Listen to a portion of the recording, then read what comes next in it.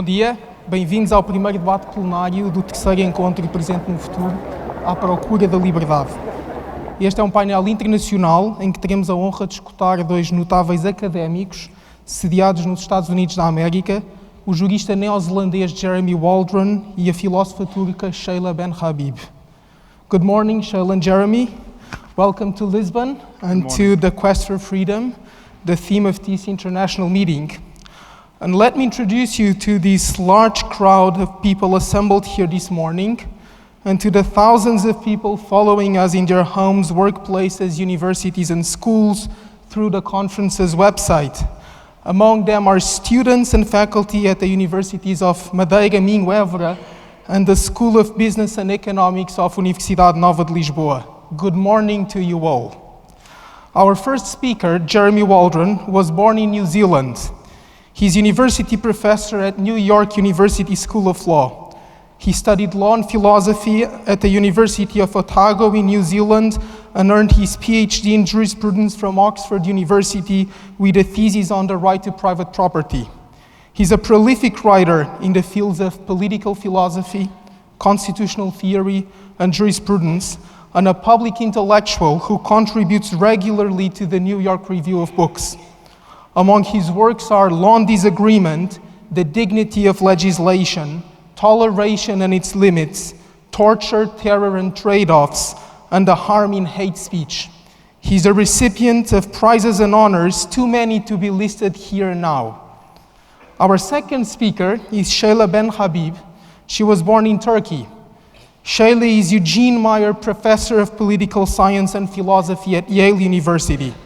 She was educated in Istanbul before moving to the United States, where she studied at Brandeis University and later at Yale University, where she earned a doctorate in philosophy with a thesis on Hegel's philosophy of right.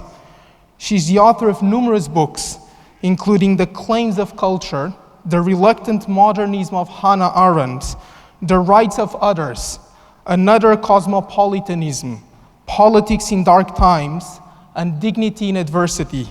Like Jeremy, her honors are too many to be cited on this occasion. My name is Gonçalo Almeida Ribeiro. I teach jurisprudence at Universidade Católica Portuguesa, and I'm a member of the scientific committee of the conference. It is my great honor and pleasure to moderate this session. The subject of this debate is the idea of freedom. Freedom is an idea as attractive as it is complicated. It seems to belong to that group of cherished notions like art and truth and democracy and justice, which inspires competing worldviews and agendas. Its meaning is hotly disputed. The canon of Western political thought is full of references to freedom, but it speaks in different voices. Let me illustrate some of this rich diversity and bring to the fore some of the underlying tensions by reading famous passages, just a few, which illustrate them. So first of all, there is a tension between freedom understood as self-restraint and freedom understood as license. So in Aristotle's Politics, we read that men think that freedom means the doing what a man likes. In such democracies, everyone lives as he pleases, or in the words of Euripides, according to his fancy. But this is all wrong. Men should not think it slavery to live according to the rule of the Constitution, for it is their salvation. Thomas Hobbes, much later in the 17th century, writes in Leviathan, "A free man is he that in those things which by his strength and wit he is able to do, is not hindered to do what he has a will to do." A second theme is a tension between freedom as personal or individual independence and freedom as public political participation. So we read in Jean-Jacques Rousseau's The Social Contract, "Whoever refuses to obey the general will shall be compelled to do so by the whole body. This means nothing less than that he will be forced to be free, for this is the condition which, by giving each citizen to his country, secures him against all personal dependence." John Stuart Mill, on the other hand, writes in On Liberty, "The only purpose for which the power can be rightfully exercised over any members of a civilized community against his will is to prevent harm to others. His own good, either physical or moral, is not a sufficient warrant. Over himself, over his own body and mind, the individual is sovereign. And then there is a tension between freedom understood as anarchy, independence from the constraints of political obligation, and freedom understood as order and stability, predictability in social life. So we read in Machiavelli's discourses on Livy, written in the 15th century, where there is a good deal of freedom of choice, and this freedom can be abused, then everything quickly becomes buried in confusion and disorder. Where something works well on its own, without the support of the law, then there is no need for law. But as soon as good habits break down, then laws at once become necessary. And the famous anarchist Mikhail Bakunin writes in God and State, "I recognize no infallible authority, even in special questions. Consequently, whatever respect I may have for the honesty and the sincerity of such or such an individual, I have no absolute faith in any person. Such a faith would be fatal to my reason, to my liberty, and even to the success of my undertakings. It would immediately transform me into a stupid slave, an instrument of the will and interests of others." This is a small sample of the disarray of freedom in our moral and political culture. What to make of this rich jumble? We are hoping that the two of you could help us sort that out. And let me start with you, Jeremy. A very simple question. What is freedom after all? What is freedom? Let me first say it's a great honor to be in this room with these people to address a subject as important as freedom. I could talk, and you may be dreading that I will talk, for hours on the distinction between positive and negative freedom, or as I like to put it, the distinction between ways of thinking about freedom as the absence of something, ways of thinking about freedom as the presence of something, ways of integrating those two perspectives. But I don't really want to say a whole lot about that. That debate has been gone over and over again. I don't even want to say a great deal about the relationship between freedom and equality, which Michael Ignatieff spoke about in the answer to some of the questions this morning, except to say that although I know what he means when he talks about a trade-off between freedom and equality, at core these are complementary ideas, they're not opposed. If somebody says they are interested in equality, we can ask, well, equality of what? Equality of money? One answer is equality of liberty. Yeah? And if one is interested in liberty, a person might ask, how should that liberty be distributed in the community? And the answer might be, we want to ensure equal liberty, or we want to ensure a system of liberty that takes care of the freedom of everybody in an integrated system of society. So that's important because I think we need to face up to the possibility that liberty may be maldistributed in a society. People may have more liberty than others, whether we define that in the negative sense or in the more affirmative sense of individual autonomy. And in some respects, there may be massive disparities of liberty, so that some people are comprehensively unfree, or more or less comprehensively unfree. I'm thinking of prisoners, for example, or detainees who are kept in tiny spaces, shackled to the floor, unable to perform much beyond the most elementary movements. I want us to keep that image of comprehensive unfreedom in mind, so that when we think about defining a free society, we need to concentrate in the first instance on those whose freedom is most comprehensively abridged. Now, a very famous Canadian political philosopher called Charles Taylor wrote an essay called "What's Wrong with Negative Liberty?" An essay was written, I think, in 1978 or 1980. And he protested against a purely quantitative approach to liberty, as though one would somehow add up the number of actions that a person is free to perform and take away the number of actions that they are not free to perform and come up with a number that would indicate the extent of their liberty, and then compare that with the liberty of somebody else, and that would be the basis of your concern for equalizing or maximizing liberty in the society as a whole. Charles Taylor imagined what he called a fiendish defense of Albania. In those days, Albania was a communist dictatorship, whereby the Albanian president might say, in response to Amnesty International's protests about lack of freedom in Albania, "What do you mean there's no lack of freedom? We have no traffic lights. We have very few traffic regulations."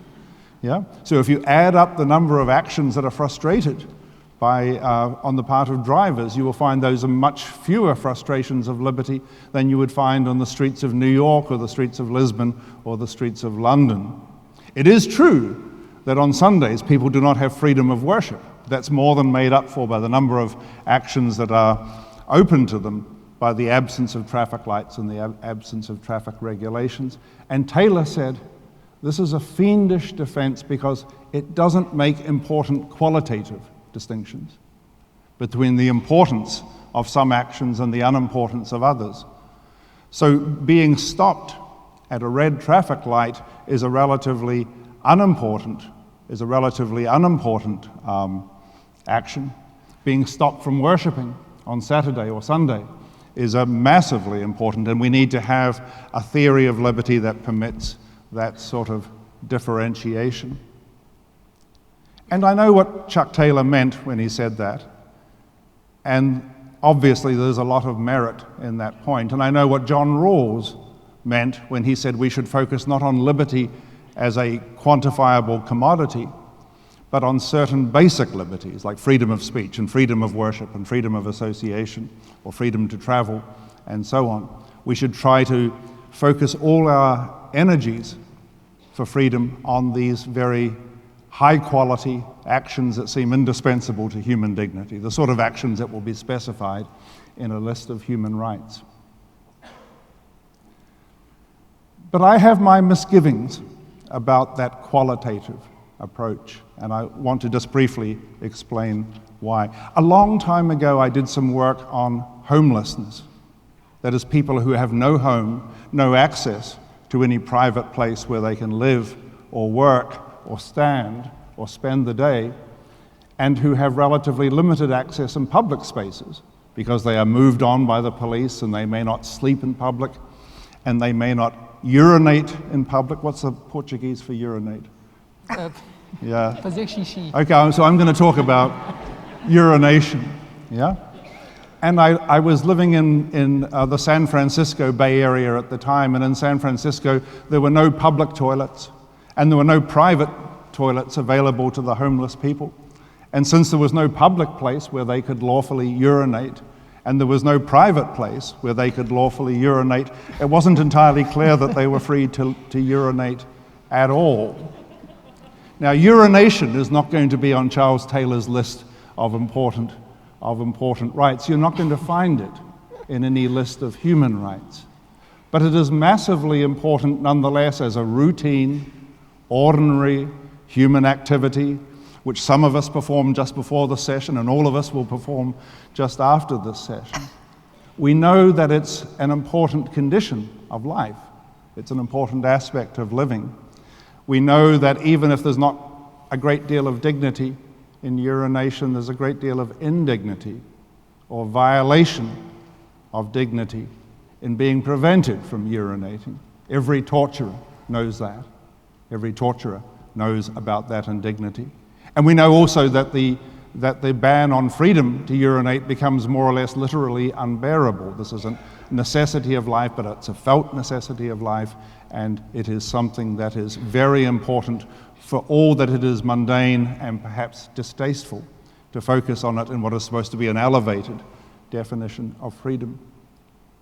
But if you run through all such actions, sleeping, standing, moving around, urinating, defecating, we become aware that for some people in our society, they are comprehensively deprived of freedom at that mundane, ordinary level, which needs to be dealt with, it seems to me, complementing whatever work we do about the freedoms that are contained in a Bill of Rights.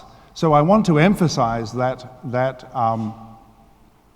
aspect of liberty, that we don't simply focus on the glamorous actions, even if we don't want to buy into the fiendish defense of Albania, still we should be concerned that in the streets of San Francisco there are people who every time they stand somewhere may be asked to move on. Every time they lie down, they may be asked to stand up. Every time they urinate, they may be arrested. And I wanted to focus on the plight of those people, partly in order to illustrate the connection between freedom and property.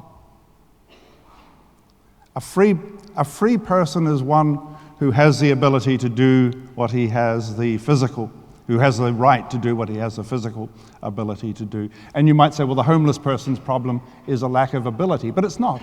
The homeless person can go and lie down on somebody's lawn. The homeless person can go and urinate in somebody's bathroom. They have the physical ability to do that. What they don't have is the right to do that. What they don't have is any property rights that would enable them to do that. So we're going to be looking at a connection between maldistribution of property rights in homes, and maldistribution of liberty. And I think we need to focus very specially on that. Now, if we have this in mind, if we say to ourselves that liberty is not just about whether you are permitted to perform the glamorous actions listed in a Bill of Rights, but also about whether you are allowed to take care of the ordinary details of human life quietly and with dignity, then we will have a perspective that we can also bring to bear on the plight of prisoners and detainees. When we started thinking about the session of the conference, the organizers asked me if I wanted to give an example of a picture that would illustrate the concerns that I had about liberty. I proposed a picture of the prisoners at Guantanamo Bay, the American base in Cuba, being carried to and from their interrogations in wheelbarrows, as though they couldn't be trusted even to walk. And we think of the plight of prisoners detained in various black sites around the world who were short-shackled, naked to the floors of their cells, lying in their own urine, not able, again, to take care of bodily functions and elementary care of self with dignity and with some reasonable vestige of humanity.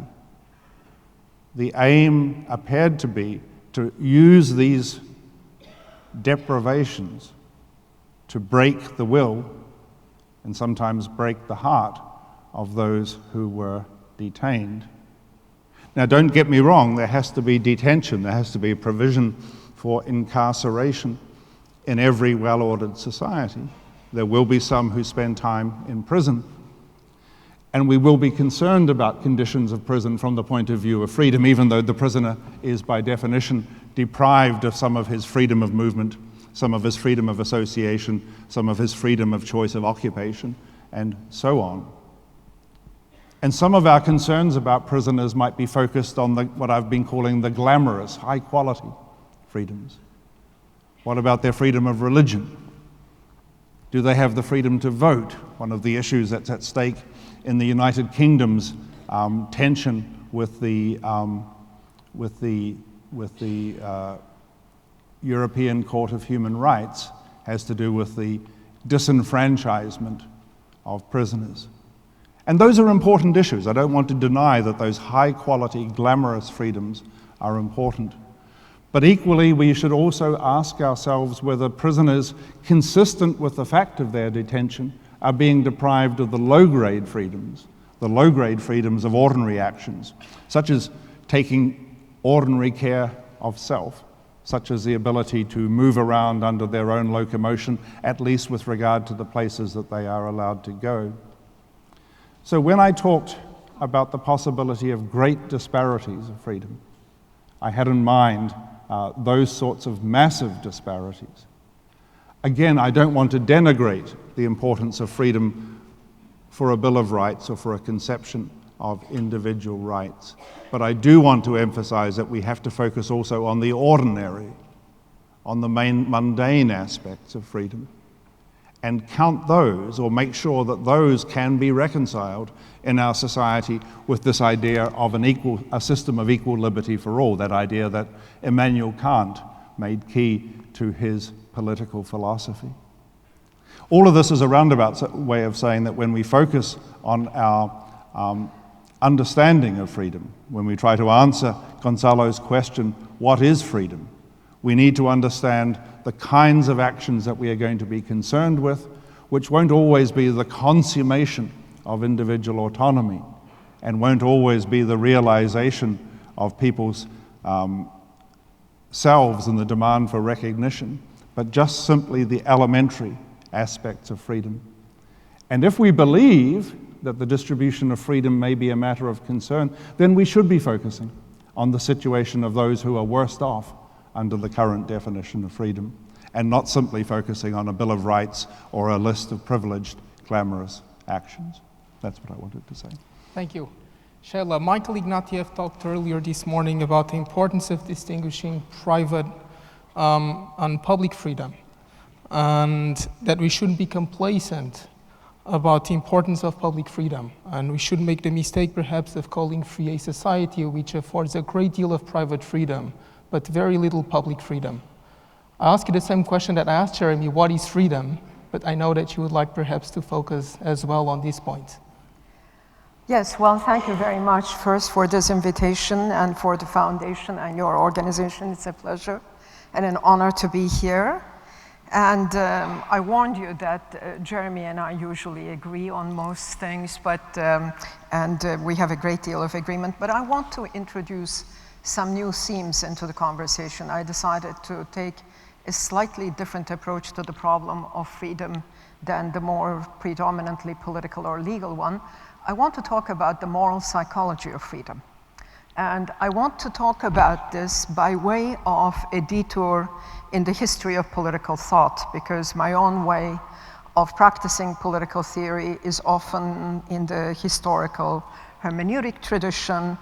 And I want to begin by recalling what I will call two very broad models of the experience of freedom. The experience of freedom both within the individual and between the individual and the collectivity. Because the most fundamental experience of freedom, sometimes also in English we make a distinction between individual liberty and freedom to refer to the most collective experience, but sometimes the terms are used interchangeably. Within ourselves as individuals, we sometimes experience a conflict between our capacities and abilities on the one hand and desires and wishes on the other hand. Not every one of us will become a great pianist or a cello player or a ballerina, and sometimes there is a conflict between what we as individuals have as talents and aspirations and society's resources, and this is where questions of justice emerge. But let me call the first model of thinking about the moral psychology of freedom the model of order and transgression. The most articulate example of this model of order and transgression begins with the foundational text of Western political thought, namely Plato's Republic, the Politeia. If you will recall, in Plato's Republic, the argument is that each individual has one unique talent, one unique capacity that women are not in the picture in this, and for a very long time in the history of political thought, that this individual can contribute to the society, and in accordance with the talents that we each are capable of, there is a hierarchical ordering of social classes, which we all know, caricature-like, culminates with the so-called philosopher kings. But I think what is more important is not this image of a hierarchical ordering or the idea of every individual being equal, being capable of one talent, which is quite objectionable and not acceptable, but it's rather the idea that Plato puts his finger on a conflict between desire, will, and reason. And if I may just put this in a phrase for you, thumos, the will, the capacity for choice, is the charioteer that drives the horses of desire in accordance with the dictates of logos. So we have this tripartite division of the human soul in terms of the will, the appetites, and reason. And this gives us the kind of the architectonic for thinking of the moral psychology of freedom for much of the rest of the Western tradition. And in that sense, this model of order transgression is not just archaic, but it's also very modern, because I would argue that both Nietzsche and Freud in some ways are actually Platonic in their understanding of human character and capacities, because for Nietzsche there is the perpetual conflict between desires and impulses on the one hand, and reason, which he considers an instrument of repression and which Freud will call the superego. But for Nietzsche, what emerges is this notion of freedom as the aesthetic fashioning of the self, resuscitated in our times with Foucault's concept of freedom as a kind of aesthetic, again, therapy as an aesthetic refashioning. And I would say much the same thing is true also in some ways of Freud's understanding of the mission of freedom as emancipating ourselves from the force of the past and the present. Now let me come back to the second model, which I will call the model of harmony and self-realization, because this is the model that has more links to the collective experience of freedom, or rather establishes the connection between the individual moral experience of freedom and collective freedom. I think we can associate this with, appropriately, maybe a little schematically, with Aristotle's argument. And I take the principal thesis of this argument to be that the task of ethics and politics is the fashioning of the soul and the education of desire in such a way that the good society, or the just politeia, rather the just politeia, creates both the good individual and the good citizen. And of course, the two are not the same. But what is significant here is the idea of political or civic education as the refashioning of habits and desires in such a way that there is more compatibility between the experience of self-choosing and expression and a just society. And let us not forget that some of the crucial concepts that define for us our political understanding of freedom emerge at this time. The notion of eleftheria, which in the Greek sense is then divided into isegoria, the capacity for participating in the assembly and speech, and isonomia, indeed equality, in the sense of equality of participation and equality of speech among citizens.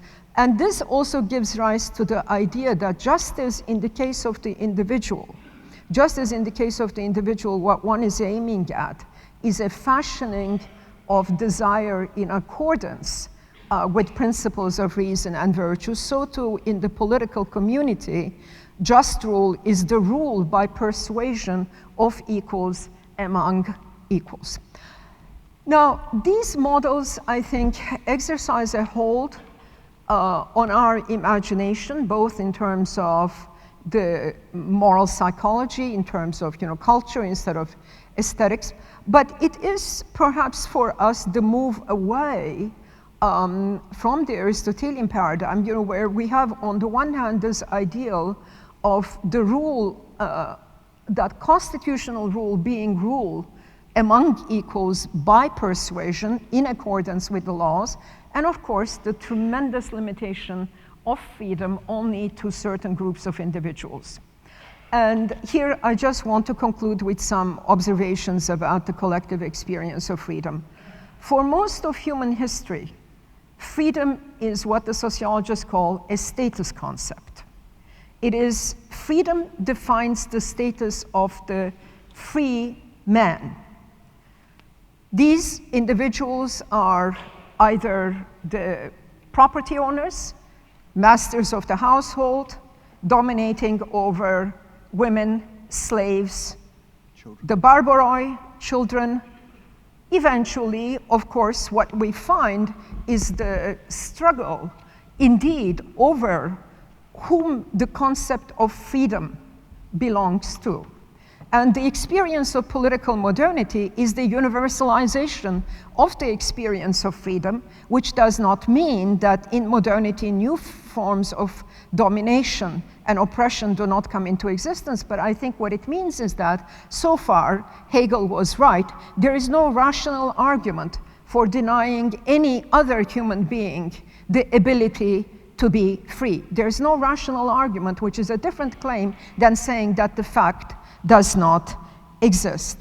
So as moderns, I think the concepts of equality and liberty are fundamentally linked, to use a term recently introduced by Etienne Balibar, equa-liberté.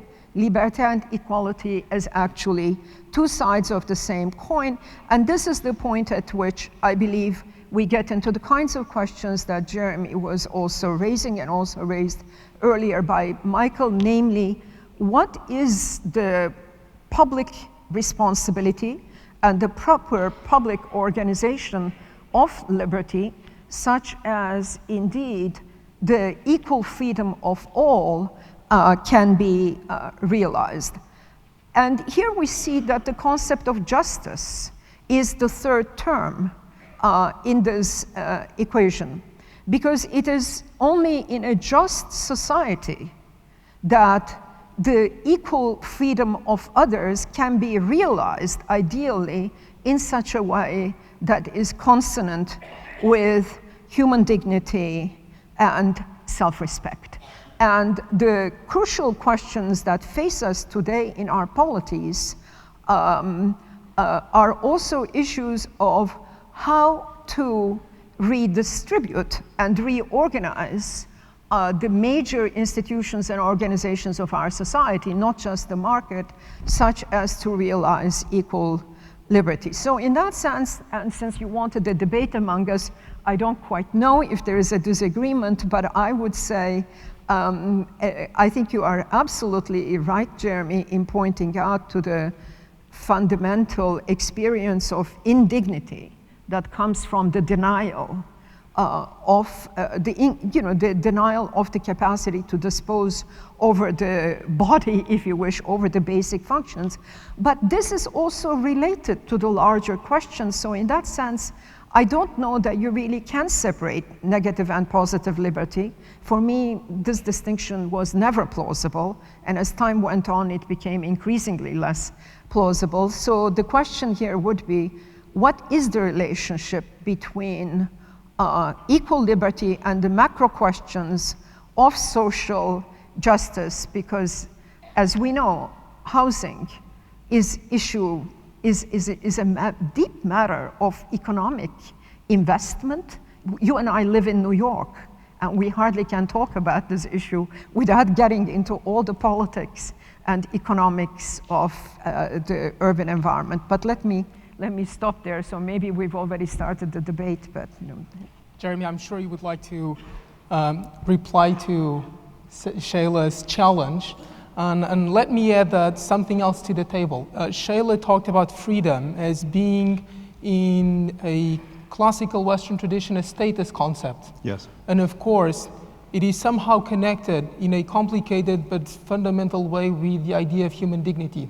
And dignity used to be a status concept as well. We used to think of dignity as being some form of high social standing that bishops and kings and lords and other people with high social standing possessed. And now we talk of something radically different called human dignity, something that every human being possesses simply in virtue of being human, and which gives a human being a high social condition by definition.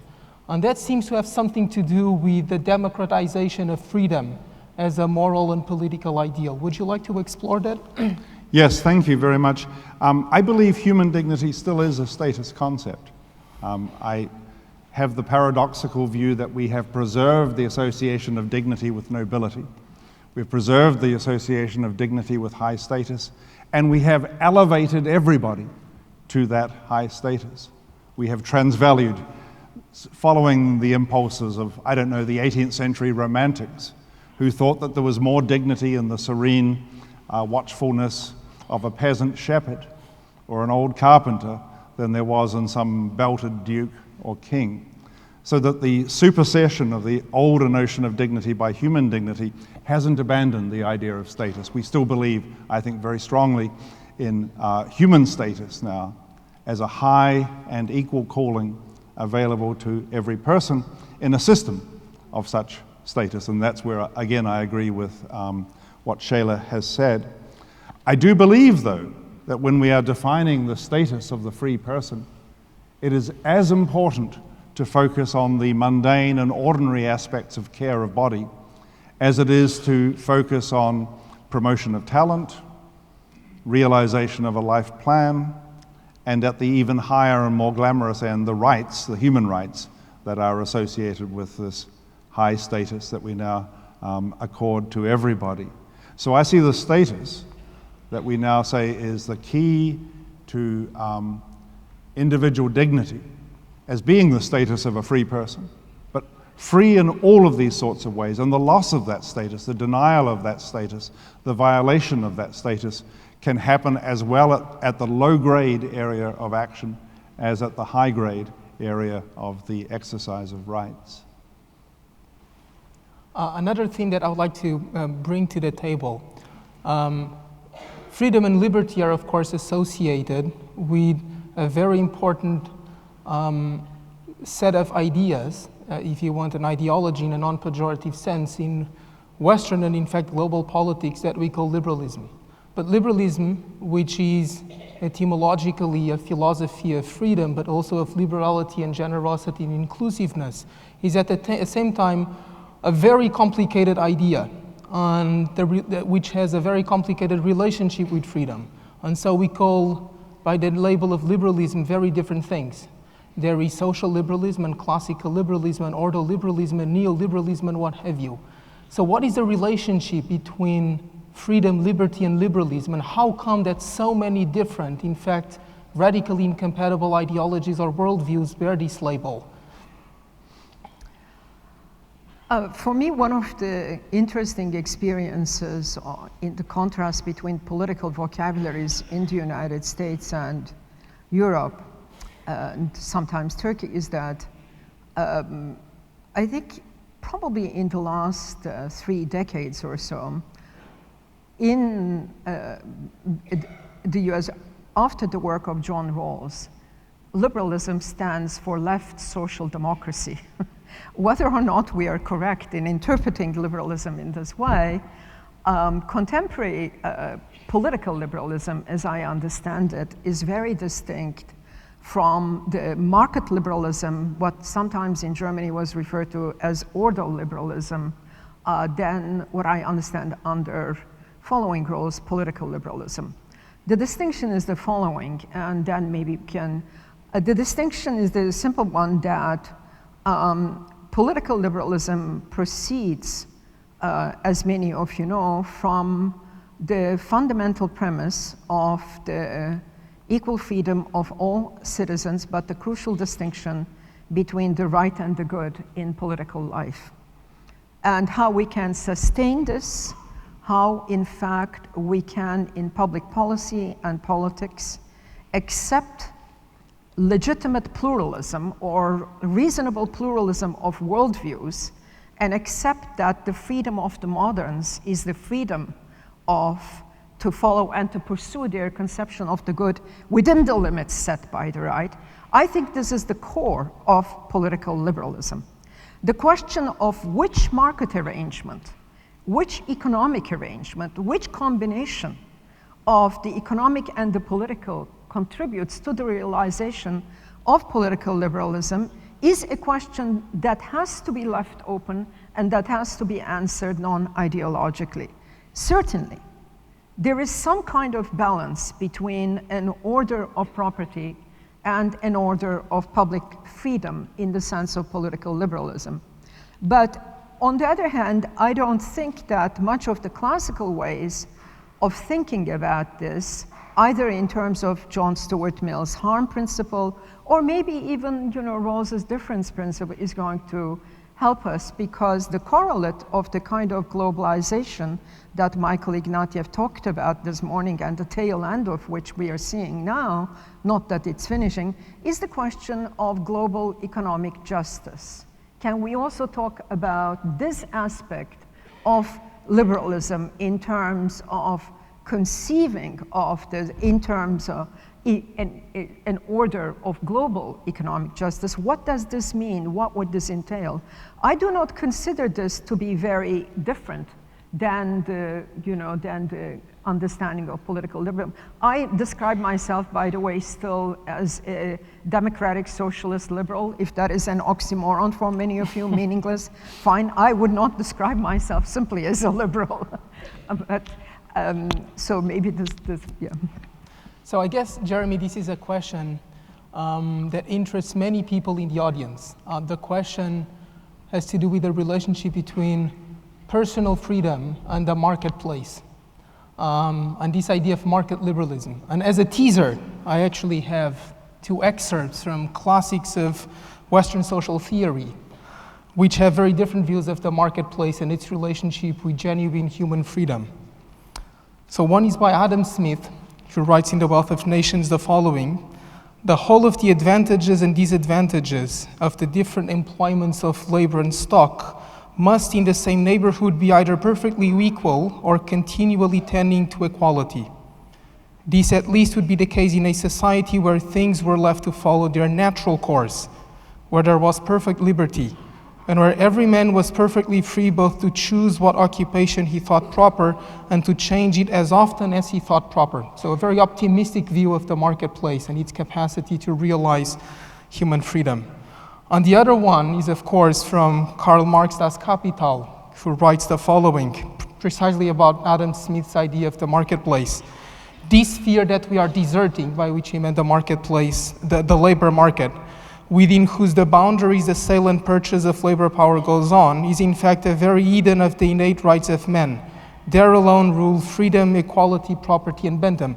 And I won't read the rest, but the rest is about what Marx says, that when we enter a factory and we see the boss and the employee, it doesn't look a lot like what Adam Smith idealized. So these are the extremes, if you want. Would you like to elaborate on this huge theme in Western political theory? Yes, thank you. So a market begins by being a bunch of individuals with something to sell and a bunch of individuals who wish to buy. And one can understand that entirely in terms of people being left free to make their own arrangements through bargaining and through the emergence of prices. And so there is an obvious connection between market freedom and the freedom of individual persons to have control over their own destiny and the commodities that are entrusted to them, and so on. And Smith established, and others have established, the surprising conclusion that this may not lead to chaos. This may lead to a reasonably rational set of social outcomes, so that there might be the invisible hand which is acting as a coordinating device, not perfectly, not always, not under all conditions, but sometimes, so that the market is valued not just as an array and a coordination of individual freedom, but also as something which is conducive to prosperity and a degree of progress. Now, markets are not just arrangements between individual traders and individual buyers and individual producers. They are arrangements between massive behemoths of industry and finance, and as you said, the internal arrangements of market traders need not resemble anything like freedom, need not resemble anything like the rule of law. They are dictatorial, industrial arrangements, and they may involve very serious exploitation. So from the fact that we can see a market as abstractly an array of individual freedoms does not translate into being able to say that there is freedom present in the social and economic arrangements that come to market. There need not be freedom present, or there need not be a proper distribution of freedom present in the initial distribution of commodities which people bring to market, let alone under the conditions of production. So I do think we can understand, just because market is such a complicated phenomenon, how both of these both of these things may be true. And there was enough liberalism in Marx and enough social concern in Smith so that they could map those concerns onto each other. These were not people whose thought was to be reduced to a slogan or simply to a piece of ideological rhetoric. Smith understood that the structure of firms was not a structure of freedom. Marx understood that there was something progressive, something remarkably progressive about allowing buyers and sellers to interact freely. I believe all the time when we think about freedom, all the time we're sometimes thinking about the freedom of individual action, so that an individual is deciding where to work, an individual is deciding what to produce, and sometimes we are thinking about the social interactions that arise out of that, and they arise on many different dimensions. And the fact that we have a libertarian assessment of one of those dimensions does not commit us to maintaining that assessment of one of the others. Seyla, would you like to add something? Yeah, I wanted to add something. There is little question about the fact that for certain kinds of goods and services, markets are very plausible means of distribution and providing information. In fact, I think one thing that we learn is also about the role of markets, not just as mechanisms of distribution, but also mechanisms of dissemination of information. But not all goods can be commodified, and not all citizens are commodity owners. And these give rise to deep issues for us today. Public goods, schools, health, access to the healthy environment or the healthy environment, sometimes transportation. Markets do not always succeed in that. I'm not going to say that they necessarily always fail, but they certainly do not always succeed. And that's because the nature of some goods, unlike the kinds of goods that Marx and Smith were even talking about, are not as disposable commodities. And of course, for Marx, the crucial issue of justice emerged with the fact that labor power, he said, is not a commodity like all others. Now, consider individuals who are dependent on the market, but who are not commodity owners. Mothers raising children, the elderly, the sick, the unemployed, who may have been at one point commodity owners and earners. So this brings us to the question, can we, in effect, formulate the basis of a kind of social and humane economy without demonizing the market and accepting the legitimate role of markets, but not having them do the job of social justice, because in that they fail again and again. So let me ask you a final question before we open up the floor to this wonderful audience. The question has to do with something that Michael Ignatieff talked about earlier this morning, and with your work, Seyla, because you've been concerned with the emergence of forms of transnational governance and the erosion of the sovereign nation state. And Michael Ignatieff talked about the European Union in his answer to one of the audience's questions this morning. And he said that one of the good things about structures like the European Union is that they force national elites, which may hijack the domestic democratic deliberation procedures, to do things that they would not otherwise do. And I'm sure there is some disagreement between you and Michael Ignatieff on this point, to some extent at least. So would you like to comment on that? And I remember this famous passage, I think in Federalist number 10 by Madison, in which he basically makes his point at a theoretical level. He says, a large republic is one of the most successful remedies against the dangers of factional government, against the tendencies of democracies to degenerate into the government of factions. And this is sound at the level of theory. The question is whether this looks a lot like the world that we are observing, the world that is emerging, the world in which states are weaker. Is this a promise for freedom? Is it a danger for freedom? What is the relationship between freedom and the sovereign nation states?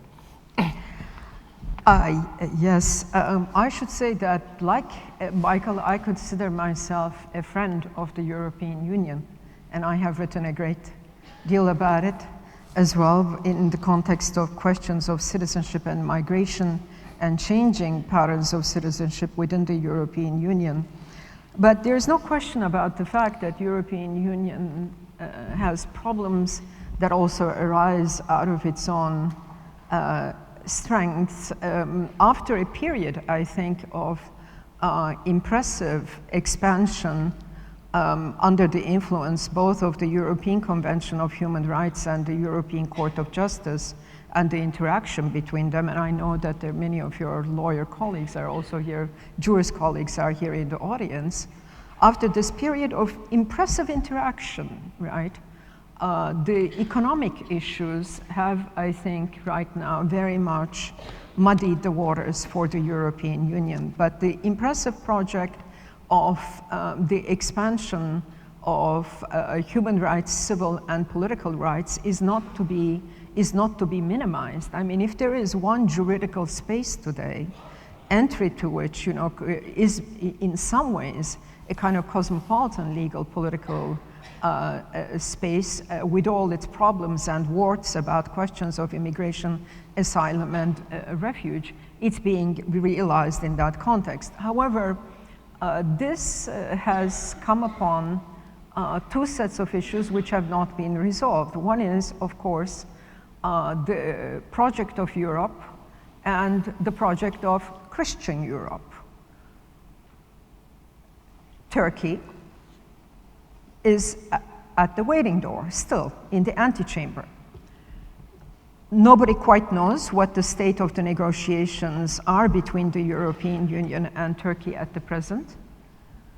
But there's no question in my mind, and again, I'm picking up on some things that Michael said this morning, there's no question in my mind that part of the slippage in Turkey towards authoritarianism under the Erdogan government is also due to the fact that the door to Europe has been closed. Turkish citizens have to deal with this themselves. I'm not putting the blame on anyone, but let us not be naive about it. When the negotiations about the acquis communautaire were going on, there were a set of eyes, extra eyes, NGOs, INGOs, organizations looking at the compliance of Turkey at all levels with the acquis communautaire. Juridically, in terms of rights of women, rights of children, rights of the disabled, rights of prisoners, and in fact, some of the amendments to various Turkish constitutions have been very helpful. But I don't want to get lost in the details of contemporary Turkish politics, but they have come up. But Europe did not resolve this question, and whether this is because of Germany's overwhelming influence, where Angela Merkel simply said nein, and the question of Turkish membership was suspended, or whether this is also something about the very project of Europe at its heart, which is still a project of Christian Europe, this remains, I think, something that I would like to also bring, you know, to the table. In that sense, I remain a friend of this most interesting experiment in conceptualizing post-national sovereignty. I am not a Eurosceptic. I'm a deep critic of some of the trends that are taking place in Europe, particularly because I think that at the level of macro-political economy, within Europe itself, you are reproducing the struggle between neoliberalism and some form of socially responsible capitalism. And because the project of neoliberalism is identified now, and because it just seems as if there is this strange alliance between German and Anglo understandings of liberalism that are driving on, indeed, many countries like Portugal, like Spain, like Greece are suffering. A division has emerged in Europe between the South and the North that one thought that the European Union had also overcome. But I think that this is different than the question of the constitutional structure, or it remains an issue in how far are these political economic questions, which are facing all governments, the US, Brazil, Turkey, what do we do with, global neoliberal capitalism? How does one tame the beast, right? It has to be tamed, right?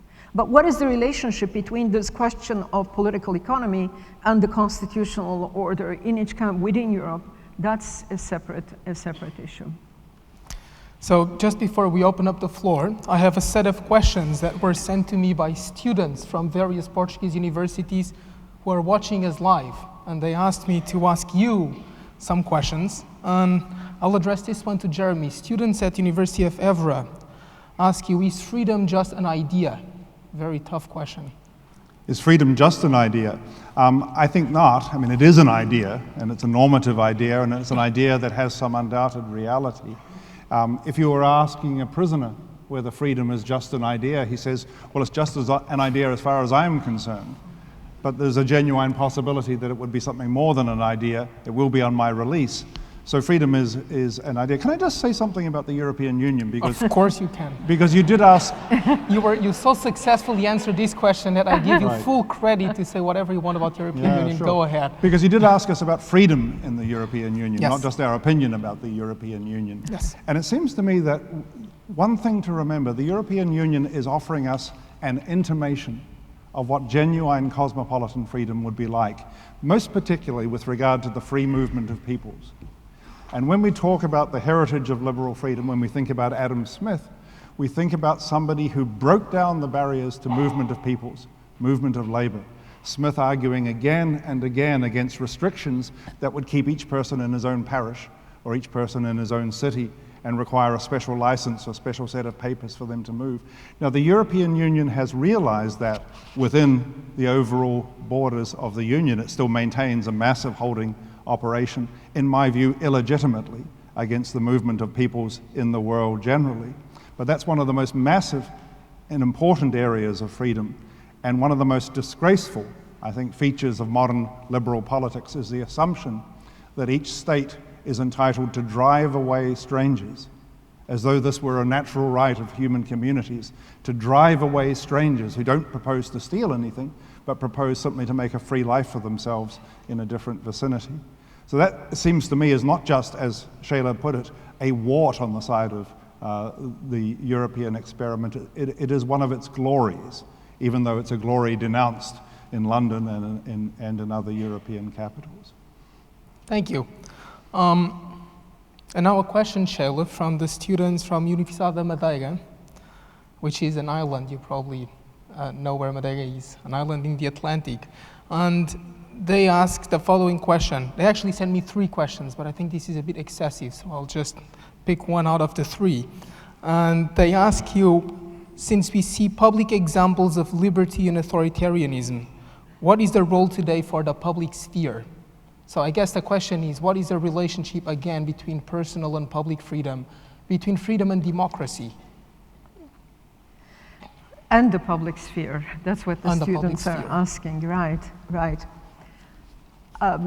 The concept of the public sphere is often misunderstood, but it has a crucial role to play in this very idea of government by laws and by persuasion in 2 ways.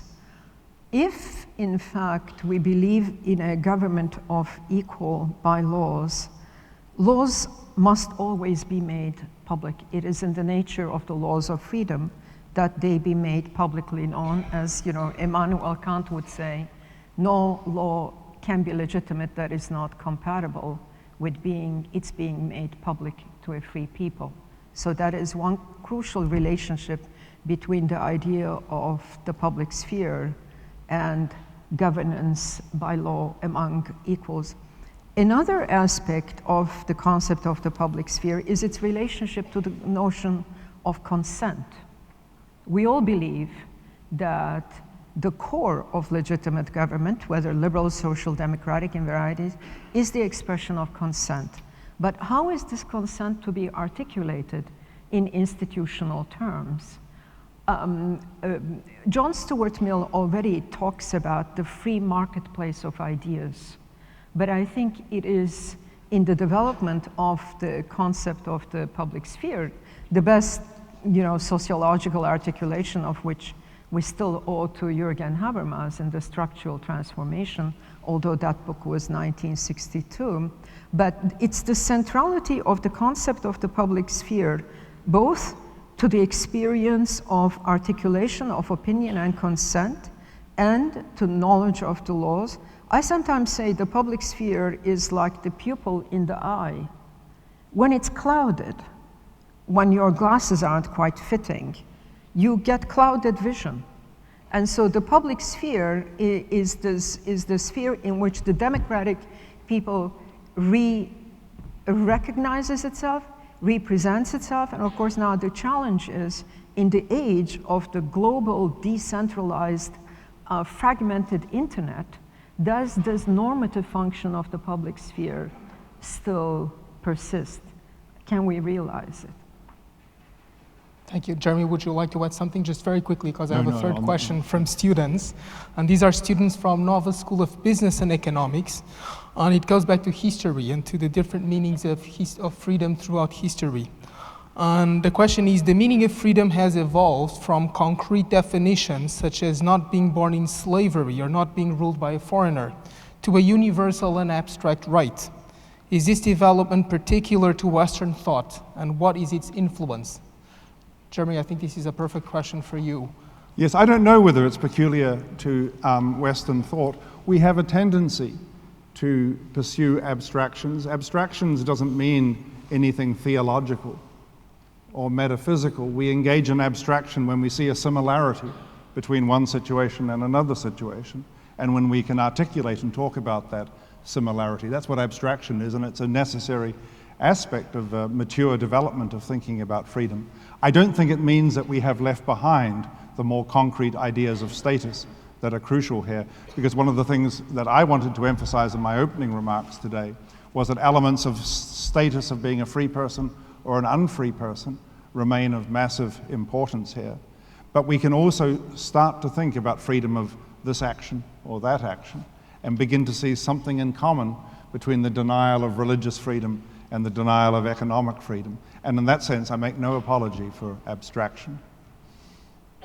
Thank you so much. Let me open up the floor for the audience. We'll be taking questions, and please stand when you ask a question so that our speakers can see you. And ask your questions in Portuguese, because they will be simultaneously translated, and it just levels the playing field.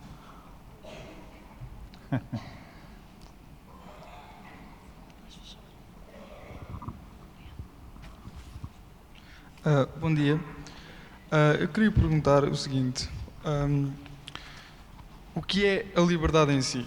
Temos aqui vários exemplos. Pode ser um sentimento, pode ser uma capacidade. O que é em si a liberdade?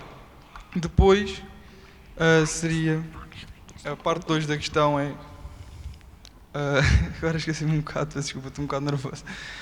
Seria o que é em si a liberdade, a primeira parte. A segunda parte é igual para todos. A mesma definição de liberdade é igual para todos. E a terceira parte,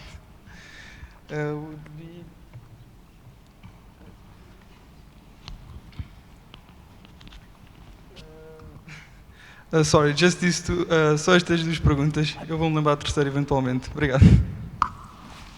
Okay, so Seyla's device is not working. She couldn't get a question. Did you get the question? I did get the question. Okay, Thank you for asking this. I think one of the things about freedom, when we use the language of freedom, the language of liberty, we are tapping into a very, very deep reservoir of people's self-understanding of what has been held to be grounds for the highest exaltation and the greatest despair in human affairs. People connect it to their free will, their ability as world makers by their choices. People connect it to their deepest aspirations and their own control over their aspirations. People associate it with restrictions of various sorts that are external and restrictions that are internal. And all of that is an attempt to tap into this deep reservoir of concern. So one thing I would want to say is, although it's a perfectly reasonable question to ask what is freedom in itself, and is the definition of freedom the same for all peoples, Perhaps I can answer by saying there is not going to be one definitive way of tapping into this reservoir of concern and exaltation and despair and wonder at the human being. There's going to be many ways of tapping into it. And those ways will build themselves into traditions. They will build themselves into particular civilizational debates about freedom.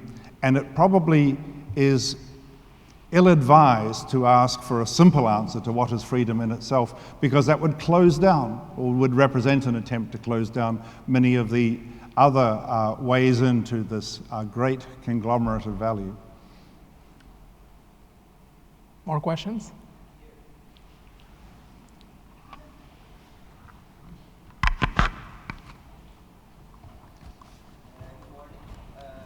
I would like to know, for the both of you, Jeremy and Seyla, Faça em português, faça a pergunta em português. pode ser em português, então.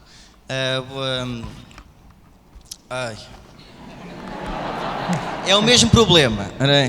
Go ahead, ask in English. É melhor. I would like to know, for both of you, Jeremy and Seyla, what is the maximum icon of freedom for you guys? What is the icon, the symbol in this world? What is the most symbolic thing that represents freedom for you? The symbol of freedom. Yes. Thank you.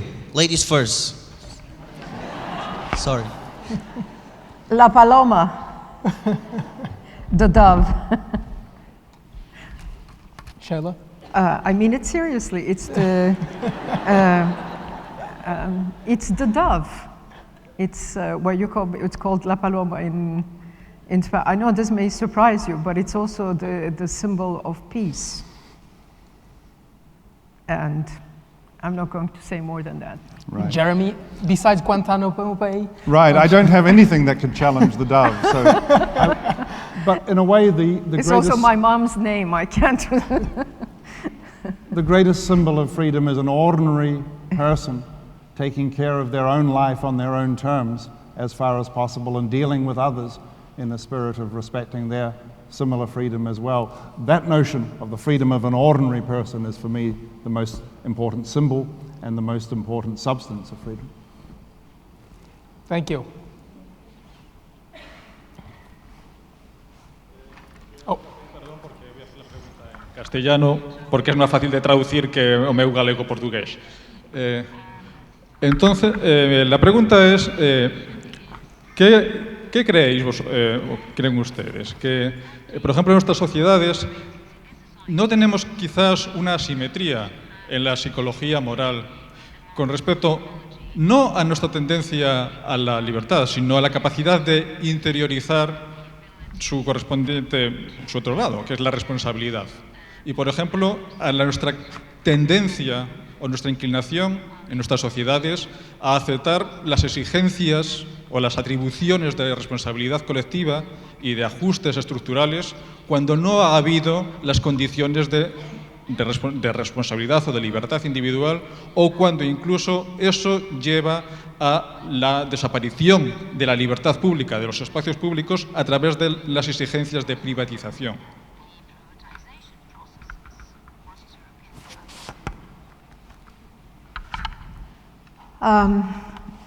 As my colleague David Alvarez, with whom I worked at Yale, it's a pleasure to see him now here in Lisbon. David, if I understand you correctly, that you're trying to ask what is the relationship also between this moral psychology of freedom and privatization processes. There's no question about the fact that, look, in our societies we are experiencing a general denigration of the public and the very concept of the public and the collective. I think that the motion of the market and technologies, these fast motions that we all like and we all admire, have also very pulverizing and fragmenting effects. To give you a sociological example, if I understand you correctly, sociologists, for example, are telling us more and more that families no longer talk to each other at the dinner table. This is interesting and important. Why? Somebody is watching, one video in one room, the other one is playing with the internet in another room, the other one is fiddling around with some computer game in another room. Ask yourselves, I mean, there are many countries in which families don't even sit down for the dinner together, right? But at the same time that there is this tremendous choice that is given to us, right? And we are like, in this heaven of multiple choices, of varieties, commodities, lifestyles, etc. What is also happening is this push towards the self. This most important concept now that is emerging in popular culture, the selfie, S-E-L-F-I-E, kids taking pictures of themselves, eating breakfast or dancing and putting it out into the internet, into the Facebook. Now, these are not trivial issues. These are issues that are part of the social fabric, the cultural fabric of freedom and collectivity. They may not have, at first sight, much to do with attempts at privatization at the level of the government and the economy. To me, in my mind, they are somehow linked, because there is the assumption that a certain model of doing the public, namely a certain model of paternal or neo-paternalistic redistribution and so on, that this model has failed everywhere. And these new technologies are also feeding into it, they are helping it, and they're giving us the illusion that, in fact, this kind of privatization is the way, to a new freedom. I don't think so. I think this is a very, very, very slippery slope. Because what we are losing is certain fundamental human arts of conversation, of debate, of argument, and of, I mean, this is really quite serious. Many of us here are teachers, and we see this, that these are fundamental political virtues, and it may have something to do also with the decline of participation rates. But anyway, I think the question opens up so many dimensions, and I don't want to, take it into too many different avenues now. There's a screen in front of me informing me that we unfortunately ran out of time. Please give a round of applause to our wonderful guests. Thank you. Thank you. Thank you very much.